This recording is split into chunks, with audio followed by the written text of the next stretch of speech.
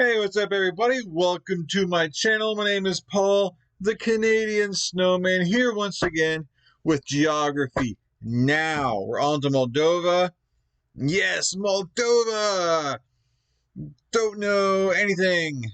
That's nothing new on this channel, so, like always, let's jump into it, guys. And find out some cool, interesting things about this amazing country. I'm pretty sure it's going to be amazing, right?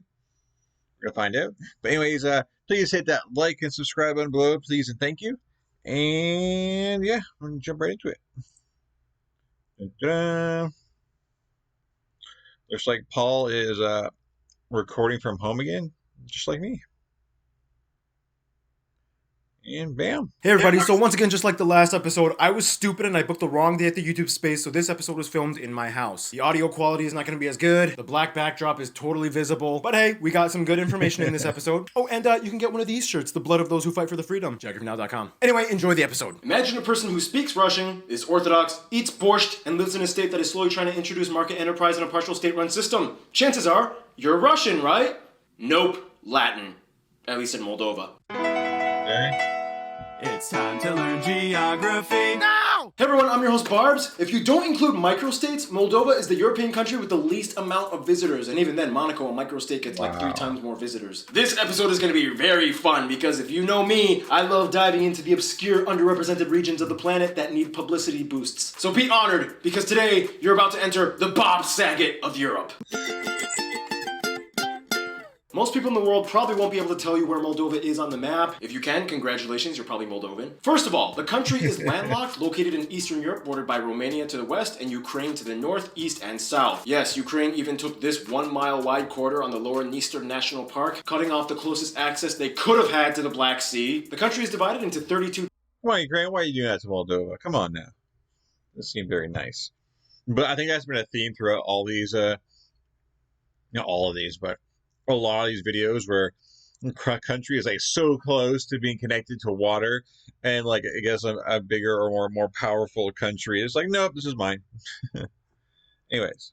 National Park, cutting off the closest access they could have had to the Black Sea. The country is divided into 32 districts, with the capital and largest city, Chisinau, located in the south center of the country. In addition, they have 3 municipality cities, Chisinau itself being one, along with Balti and Bender, as well as 2 strange autonomous territorial units, Gagauzia and Transnistria. We'll talk more about these later. The country has only 1 main international airport, Chisinau International. Otherwise, smaller, uncertified, or partially certified airports can be found in places like Balti and Markulești. Now, after Chisinau, if you consider Transnistria part of Moldova, then the city of Tiraspol, their capital, would be the second largest one. Otherwise, Balti would be next. And speaking of which, let's just get it over with. What exactly are those 2 strange autonomous guys, Transnistria and Gagauzia? Well, in the simplest way I can put it, both of these places are a little more Russian influenced from the rest of Moldova, as if Moldova wasn't already Russian influenced enough to begin with, but we'll talk about that later. Gagauzia is kind of like a more truly autonomous state in the fact that the people are culturally distinct, with a Turkic Orthodox Christian background. They speak their own language, Gagauz. It's split into 4 separate enclaves made up of these localities that have over 50% Gagauz populations, including this small 2-mile wide plot of farmland next to Karbalia. Even though they politically disagree with Moldova, as in they've threatened that if Moldova tries to join the EU, they would opt out for independence and side with Russia. Regardless, they are actually pretty chill. You can visit and easily take pictures, see if you can get to one of those welcome to Gagauzia signs on the road. Transnistria, on the other hand, is a little more tricky. They actually have declared independence in 1992, which has led to military conflict in the 90s. After a ceasefire was established, they set up rules, but today it lies in a frozen conflict zone status. Today they have their own government, military, police, postal system, currency, vehicle registration. You even have to show your passport before crossing the border. And with about 1/3 of the population being Russian, it's no surprise that they side with Russia and have Russian peacekeepers to maintain the border security. Yeah, I know, insert your opinion in the comments below. You can find lots of Soviet-style symbols in their streets. In fact, they're the only state in the world that still uses the former USSR hammer and sickle in their flag. Whoa, we started that and even we don't have that anymore. Yeah, I'm just such a fan of your early work, you know? Some notable spots of interest might include places like the Stephen the Great statue. He's like the hero of... I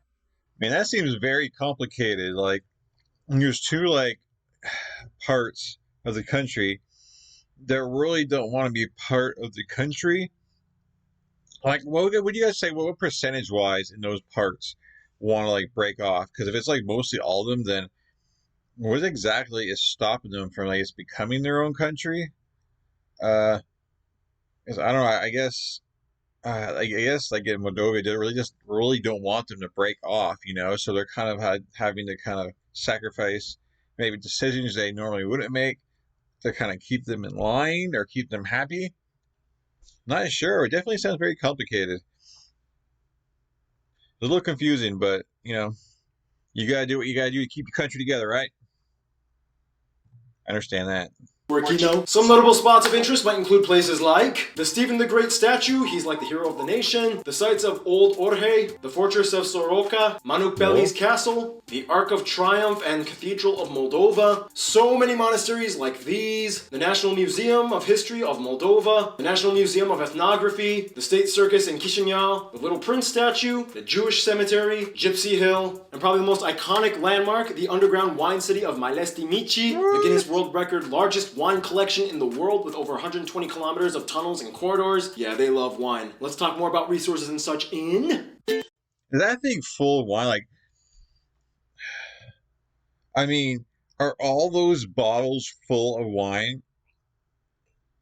That is crazy if they are. Man, I wonder how many people try to steal from you. Like, you go for like a tour and you're like, "Oh, I'm just gonna grab me a bottle of wine," or it's like a bunch of like empty bottles. Wow, I wonder how old those bottles of wine are, man. Because like buying wine gets better with age. So I mean, bottles of wine got to be worth something, right? If there's wine in them. Very interesting stuff. Just cars driving along. Man, imagine driving a car and then you like end up like, I don't know, messing up and you smash into like one of these sides and bust up all those bottles of wine. Wine is probably worth more than your car. Anyways. Kilometers of tunnels and corridors. Yeah, they love wine. Let's talk more about resources and such in...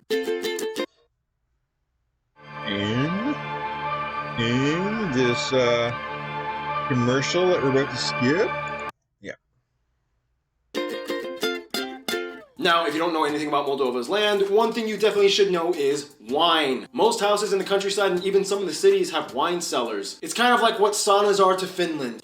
Great analogy. Yeah, I get it. First of all, Moldova's land is mostly situated between the two longest rivers of the country, the Prut, which makes up the entire western border with Romania, and the Dniester with Ukraine. But then with Transnistria, a series of arbitrary lines through flat farm fields goes past the river, hence where the name Transnistria comes from, across the Dniester. The country is made up of small, short, forested hills.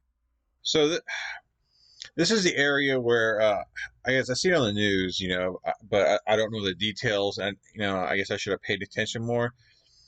Or like, isn't like Russia trying to take like part of Ukraine? Like they're trying to get a piece of take a part of Ukraine back. There's like skirmishes, or a little bit of a little war going on over there.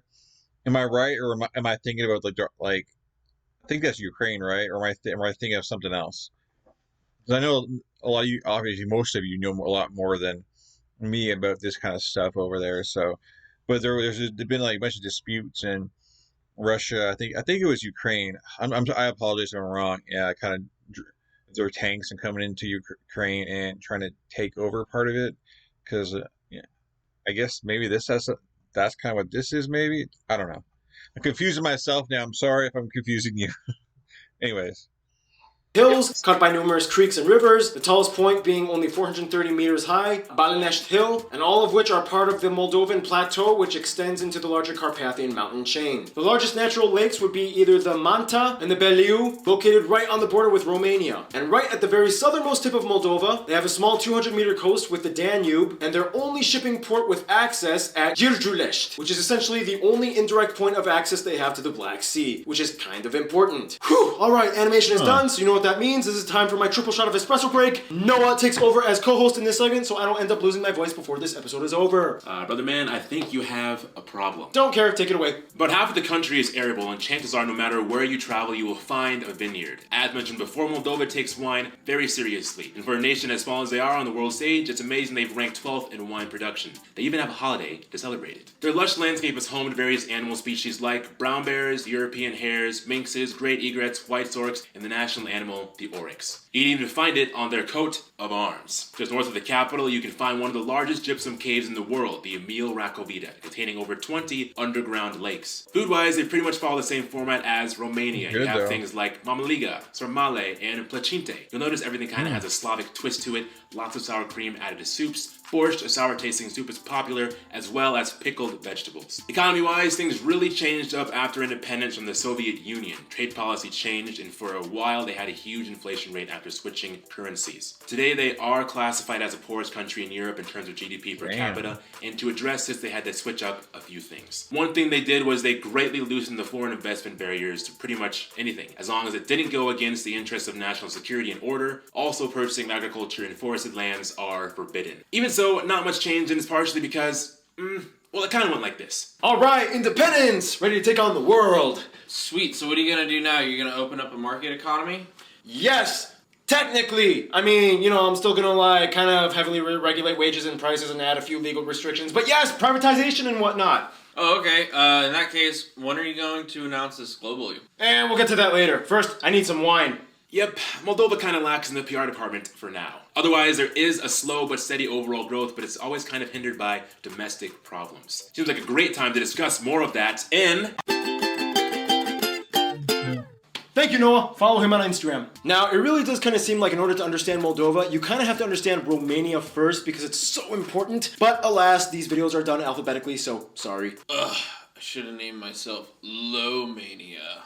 Someone said Lomain? Getting off topic. Anyway, including the disputed autonomous regions of Gagauzia and Transnistria, Moldova has about 3.3 million people and has seen a decline since the peak at 3.7 in 1992. The country is made up of about 3/4 that identify as Moldovan and 7% Romanian, but in all honesty, they're pretty much the same people. After that, there is a noticeable Ukrainian minority at about 6.6%, Gagauz at about 4.6%, and the rest are mostly Russians, Bulgarians, Romani, and other groups. They use the Moldovan leu as their currency, they use the Type-C plug outlet, and they drive on the right side of the road. Now, what exactly is a Moldovan? Well, in the shortest, simplest way I can put it, unless you talk to one of the incredibly nationalistic ones that will start a debate, they're basically Romanians. They speak pretty much the exact same language, except the Moldovan might use a few Russian slang words here and there, but essentially, they're pretty much just speaking the same thing. For those who don't know, Moldova, is that... I apologize already because I know I'm wrong, but he was popping at... Is that the country from Michael the Brave and like Vlad the Impaler? Is that's that area, right? I'm trying to, it started with an M, and my mind has totally hit a blank, and I'm thinking I do know something about this country. Is that the same area? But maybe I'll find out later on this episode. But I don't know. It's just been in my head, like, is that going around in circles? But anyways. The Romanian language is actually a Latin-based Romance language related to French, Italian, and Spanish. It is the easternmost Romance language in Europe. I've heard stories from Latin Americans and Romanians meeting each other and they're kind of like, I kind of understand a bit of what you're saying. Where they differ though would be politics and history. This is kind of what separated them. Very similar to what happened to the Koreas. Remember those episodes? My mom was in one of them. Essentially, even though they were part of the Warsaw Pact, Romania never became a Soviet republic, whereas Moldova did. And then they kind of became somewhat Russified. Eventually, Romania leaned more towards capitalistic interests and eventually joined the EU. Moldova never did. So basically what you have are two siblings that were brought up in different schools and taught very different lessons from two drastically different faculties. Today, most Moldovans are bilingual with Russian, and you can still see hints of the Soviet past and influence, but like it's 50 times stronger in Transnistria. They are like turbo Russia fans. One way you can see the influence, for example, would be the fact that over 90% of the nation, to varying degrees of devotion, identify as being part of the Orthodox Church. Nonetheless, they've still held on pretty well to their roots. They have a plethora of traditional Moldovan folk arts and music, ancient ballads like these. They have a holiday in July where everyone just kind of puts on a culture show. Moldovan ceramics and weaving culture has always been a trademark of the country's identity. Keep in mind, they also have a noticeable Gypsy or Roma community, especially in the town of Soroca. They even have a king of gypsies, this guy. He acts more of like a communal facilitator rather than an actual ruler. It's interesting though, because no matter how hard the Slavic culture has tried to permeate through their populace, they just could not let go of their passionate Latin roots. Moldovans have always kind of had like a little bit of a humorous side. They don't mope around and let life or struggle get to them. They love it when anybody notices them, and when they do, they don't hesitate to put on a show, especially when it comes to Eurovision. That's cool. Leaf filter is rolling into neighborhoods to end Oh, gutter all cleaning right, well, forever. we skip this On this right side here. of the house, we see gutters clogged with leaves.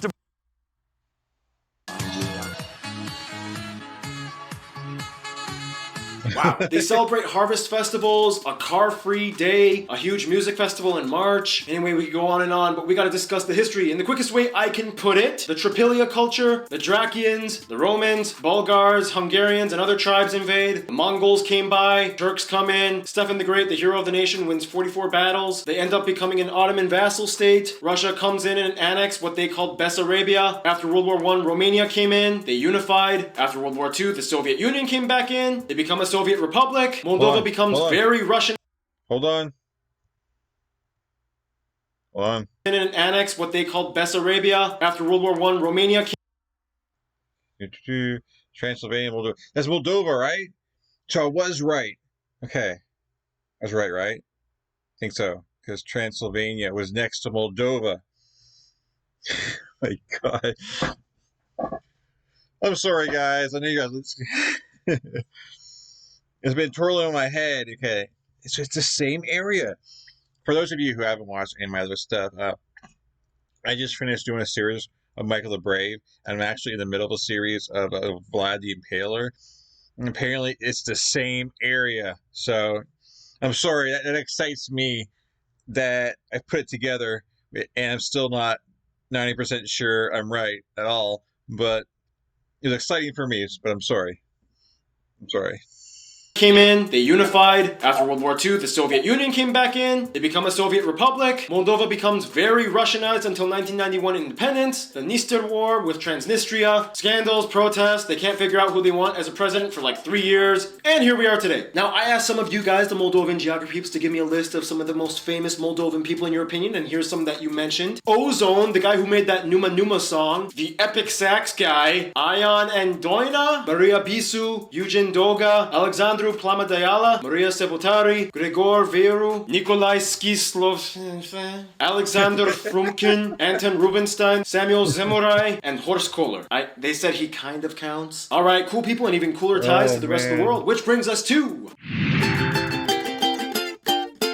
Yeah, as Europe's most obscure nation, Moldova has always kind of wanted to break out and show the world what they're made of. First of all, they get along with many of the other former Soviet states, especially the Caucasus ones like Armenia, Azerbaijan, and Georgia. Although business isn't that strong between them, they still love to share stories whenever they visit each other. Ukraine is probably the closest one though, as they are a major trade and import partner. Many Ukrainians live in Moldova, and they've been key players in their history. Now, since independence, Moldova has always kind of been in between a tug-of-war match between Russia and the EU. Recently, Moldova has expressed a great desire to join the EU and follow the footsteps of their brothers Romania, and preference has been waning towards their former empire rulers, accepting Transnistria and Gagauzia. And whenever Moldova becomes a little too European, Russia tugs harder at these two areas, which kind of keeps Moldova in a slight limbo state diplomatically. In terms of their best friends though, almost every single Moldovan I talked to has said the same country, Romania. It's not even a friendship, it's literally a family. These two countries understand each other better than anyone else, and despite the small differences, they are one blood. Many people have family in each country, they share the same language, stories, food, and weird Eastern Latino culture. In conclusion, Moldova is like a heavily Slavic-influenced Orthodox Latino nation with two strange breakaway children, but when it gets a little too much for them to handle, they just sit down and sip the wine. Stay tuned, Monaco is coming up next. All right. I have a challenge for all of you. Go to every All right. Well, I don't have a challenge for you. All right. So there you go, Mel. I can't just look at this guy. I gotta finish. computer in your house, your mom's, your dad's, your sister, your brother's computer, and install Honey. All right.